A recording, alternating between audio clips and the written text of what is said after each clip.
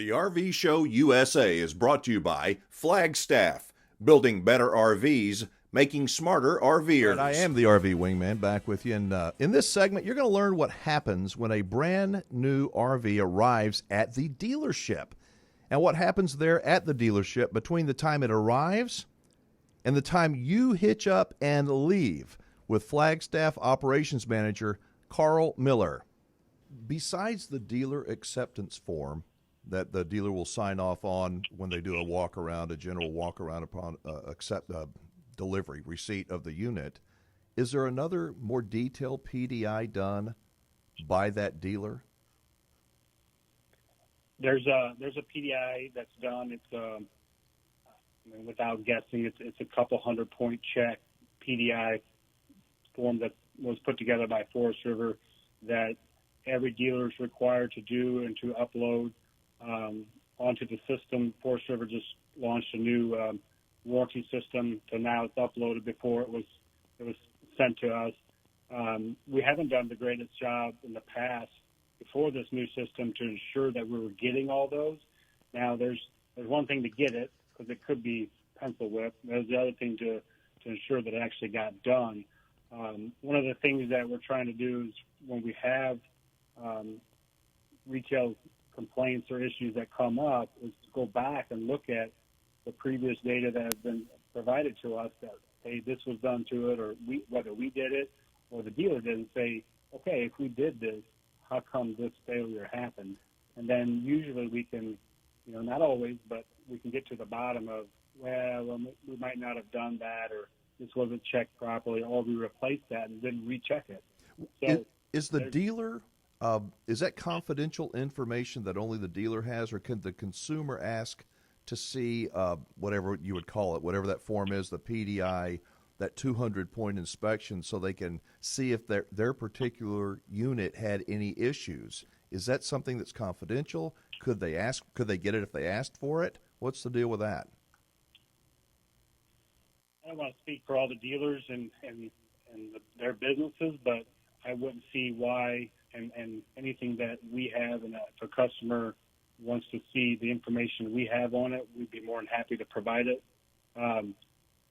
Sometimes the completion of a PDI form, whether it's, okay, we checked this, and then did they follow through with a completion of it? If there was something that they had to look into further or repair, was that information on there, or is that somewhere else? I don't know how available that is and how critical that would be to dealers to retain and share. But ultimately, as a manufacturer and as a dealer, we have to be transparent with the trailer itself and the functions, because as a camper, you can tell when something's wrong. You don't have to have somebody tell you that something's not working. So there's a story behind it. What was it? All right. Last question, Karl. If you could wave your magic wand, what changes would you have your dealers make in terms of Flagstaff Rockwood? I mean, if you could wave your magic wand, if you could get them to do something or stop doing something, what would that be? Probably the biggest thing that I wish that I could know 100% of the time that was getting done properly. And this is an area where we want to try to find that magic wand, is a walkthrough with each Flagstaff and Rockwood retail customer when they take, this is something I've learned over the years. When I bought a vehicle, they're like, hey, you want us to go around and show you, how this works? And I'm like, nah, I'll figure it out. There's a book there somewhere. Right. For RVs, we don't have the best literature. We don't have the best owner's manuals, the best books. Those are things that we are working on. But the walkthrough on a moving house is really important from the dealerships to the retail customers to the consumers. Like, how does this work? What should I watch for?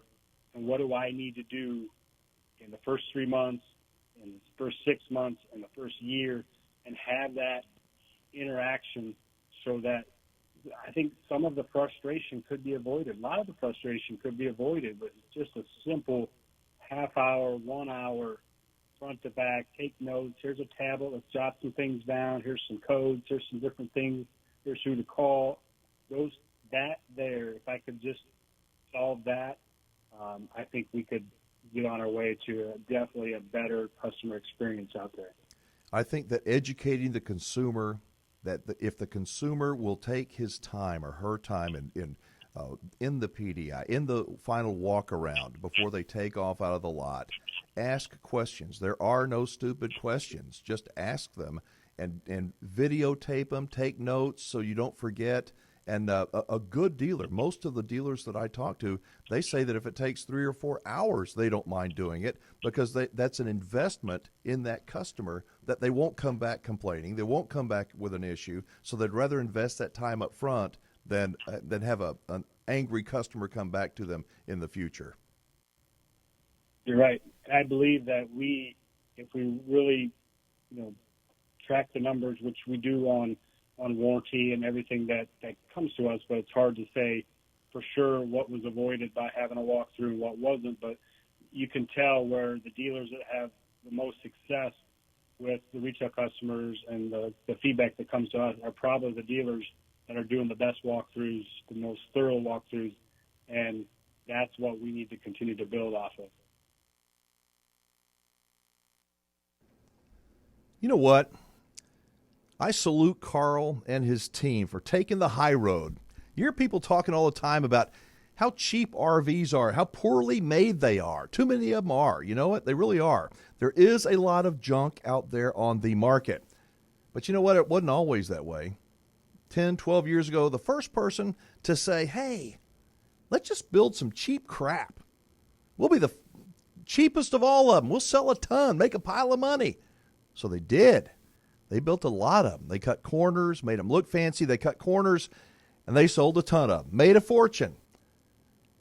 Hang on. So what did too many other manufacturers do? They had a race to see who could make the cheapest RV and still sell a pile of them. Like I said, it was like a race to the bottom. And that's why so many RVers, I think, are so jaded. They've been fed a line of bull thinking that cheap can still be good. They don't go together, folks. Cheap does not mean quality, true quality. It never has. The bad news is that today, RV manufacturers are lumped all into one big old group of building cheap crap. And that is not the case. With Flagstaff, for example, when everybody else was cutting corners back in the recession 10, 12 years ago, Flagstaff was making steady, consistent improvements. Better flooring, better suspensions, better. Not cheaper. During the recession in the RV industry, Karl's plant was one of the only ones in the whole industry that never missed a beat, never had to lay anybody off, not anybody. I think that's a really big deal. They just chugged right along, turning out the best units that they could build and getting them even better. And to me, I am happy that the good guys in the RV industry are beginning to speak up and set the record straight. From my vantage point, I have some words of advice for RVers. Remember what Karl said. What his wish would be for all RV dealers to take more time with their customers on their final walkthrough in PDI. Man, I know you know this, you are spending a ton of money. Do not let the dealer push you off the lot with a hurry-up, quickie walkthrough. Don't let them do it. Take your time. If there's something that's not right with your new RV, don't take it. Don't do it. Sleazy dealers, even some that aren't sleazy, may want you to leave, hurry up, even if there's work that still needs to be performed. They'll tell you, hey, go ahead and use it. Bring it back. We'll get her taken care of. Don't worry about it.